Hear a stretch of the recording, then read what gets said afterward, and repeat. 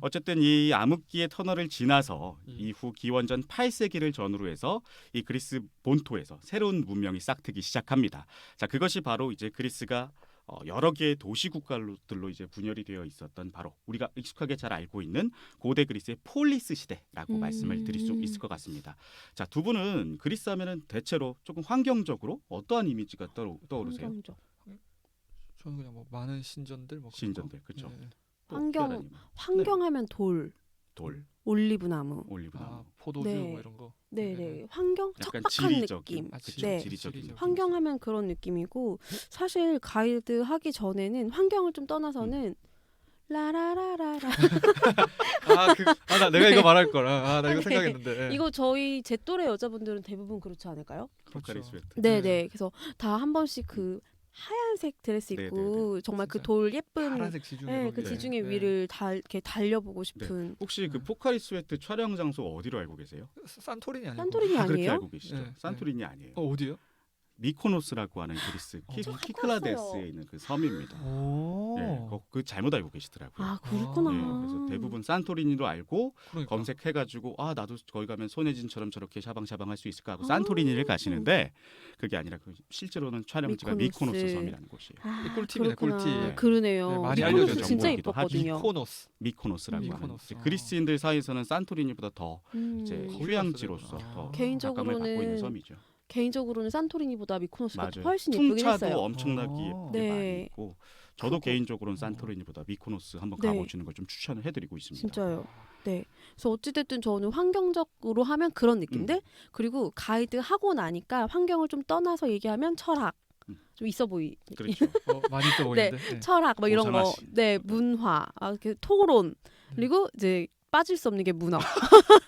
오늘도 문어 매니아. 예. 어김없이 문어가 등장을 여러분 지중해 합니다. 가시면 문어 드셔야 돼요. 우리 진짜 언제 한번 문어 가지고 회식 한번 문어 회식 한번 해야 해야 될 되겠다. 것 네. 같아요. 문어 그냥 오늘 숙회 다 좋아요. 잡아가지고 고명진 가서 한번 뒷불에 한번 건하게 한번 해야 되지 네네. 않을까 생각이 듭니다. 자, 보통 그리스를 떠오르실 때 이 키아라님처럼 이 해안지대에 있는 여러 예쁘고 아름다운 그런 풍경들 막 생각하시잖아요. 근데 사실 그리스 내륙에 가보시면은 생각보다 그렇게 막 예쁘지는 않죠. 그렇죠? 음. 그리스 내륙이 맞아. 대부분 바로 80% 이상이 산지로 구성된 지형이기 때문에 그렇습니다. 굉장히 어떻게 보면 기본적으로 척박해요.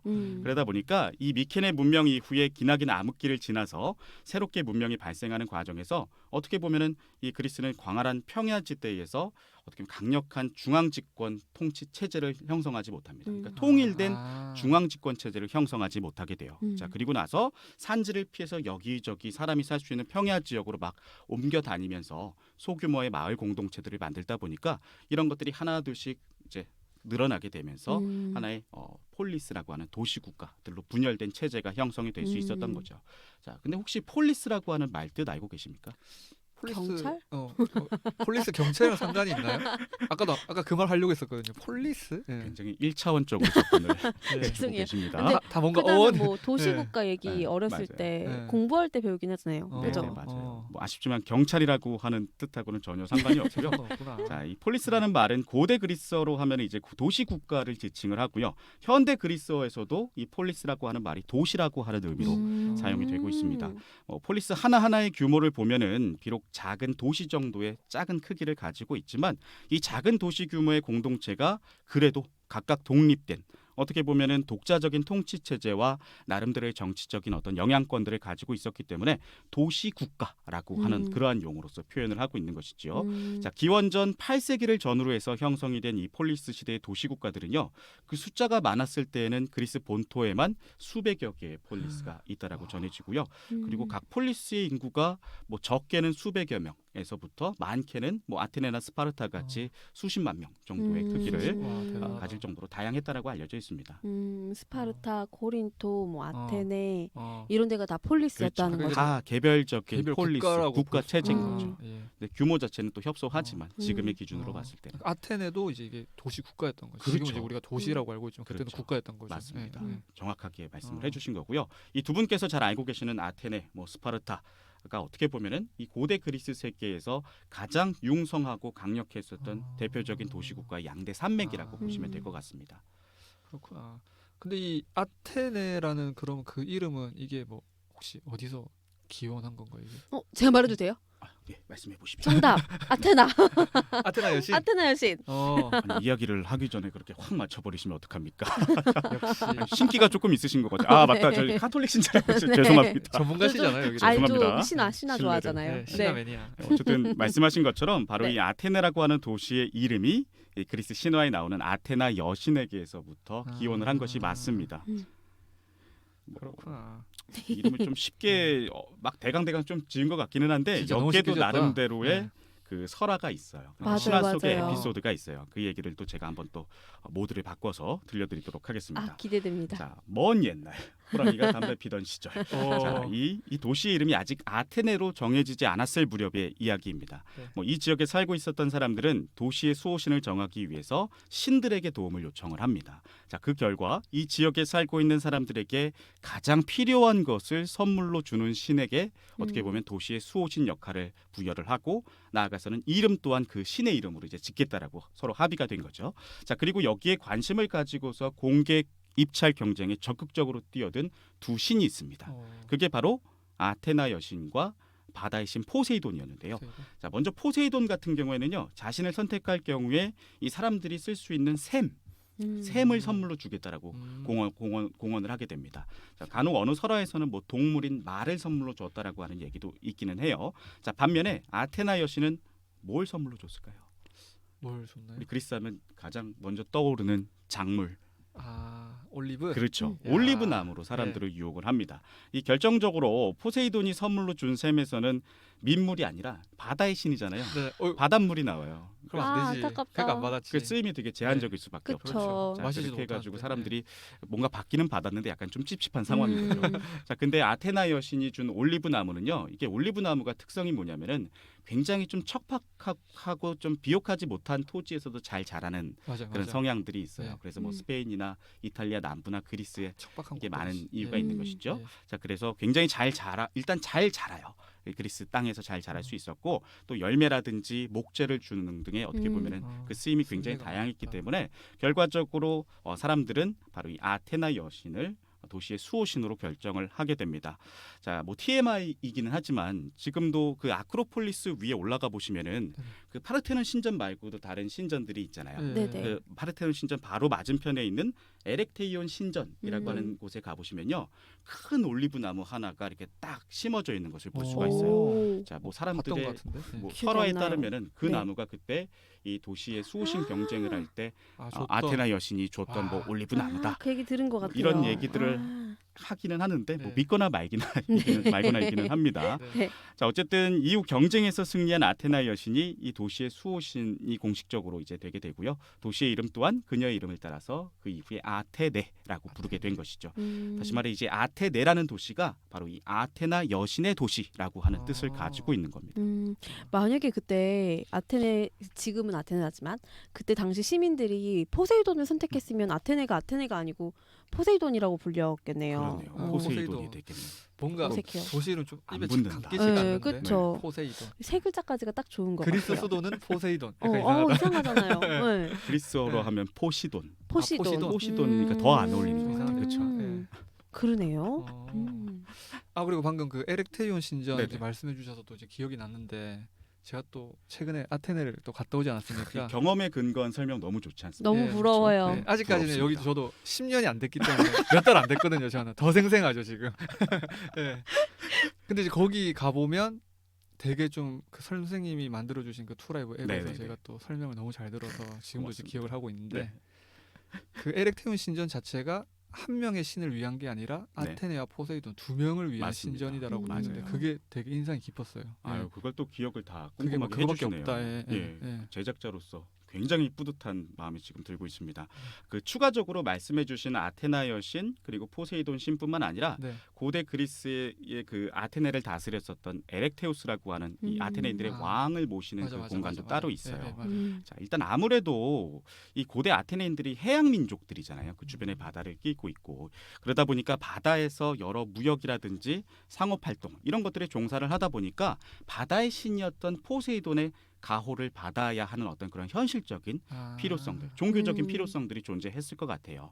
그래서 이제 아테네인들에게 포세이돈 신이라고 하는 존재가 어떻게 보면은 아테나 여신 못지않게 굉장히 중요한 존재로 그렇구나. 여겨졌다라고 얘기를 할 수 있을 것 같습니다. 실제로 아테네 근교에 가보시면 수니온곳이라고 하는 굉장히 유명한 네. 관광지가 있잖아요. 네네. 거기에 보시면 거기에 지어져 있는 신전이 포세이돈. 바로 포세이돈 네, 신전이죠. 맞아, 맞아. 그러니까 네. 아테나 여신뿐만 아니라 포세이돈 신에게 잘 보여야 되는 어떤 그런 어. 현실적인 상업적인 목적들이 그랬구나. 있었던 거죠.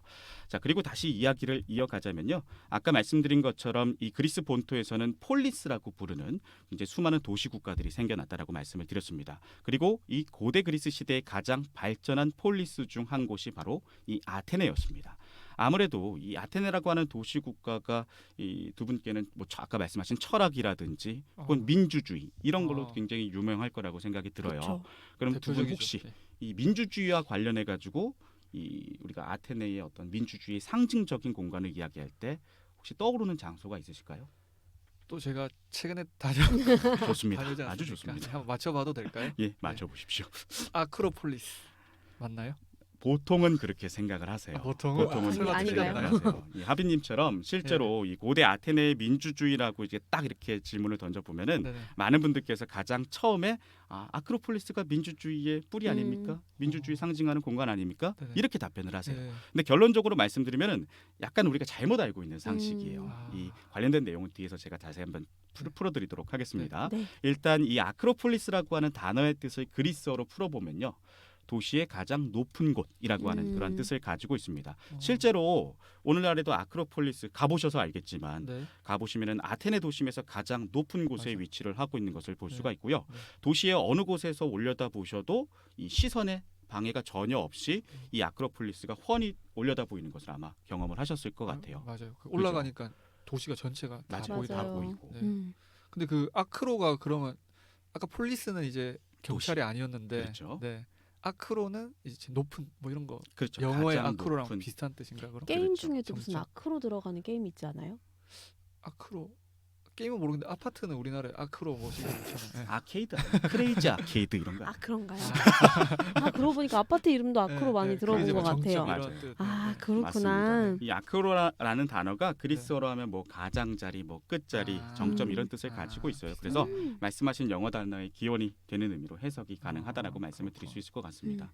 뭐 그리고 TMI이기는 하지만요. 네. 뭐 실제로 오늘날에도 아테네에 가시면요, 이 아크로폴리스보다 높은 곳에 위치한 건물이 주변에 없는 것을 아마 느껴보실 수 맞아요, 있었을 것 맞아요. 같아요. 네. 네. 이게 사실은 이 아무래도 이 아크로폴리스가 아테네의 상징적인 공간이다 보니까 네. 도시법으로 이거를 지정을 해가지고 건축법으로 지정을 해가지고 이 주변에 아크로폴리스를 가릴 만한 고도의 건물을 법적으로 못 만들게 하는 거예요. 그래서 그 정도로 어떻게 보면은 이 아크로폴리스에 대한 그리스인들의 뭐 자부심이라든지 사랑이라든지 이런 것들을 좀 알 수 있게 하는 대목이라고도 볼 수가 있겠죠. 자, 어쨌든 사실은요, 어떻게 보면 이 고대 그리스 시대의 아테네에서 이 아크로폴리스가 도시의 가장 높은 곳에 존재하게 된 이유가 있습니다.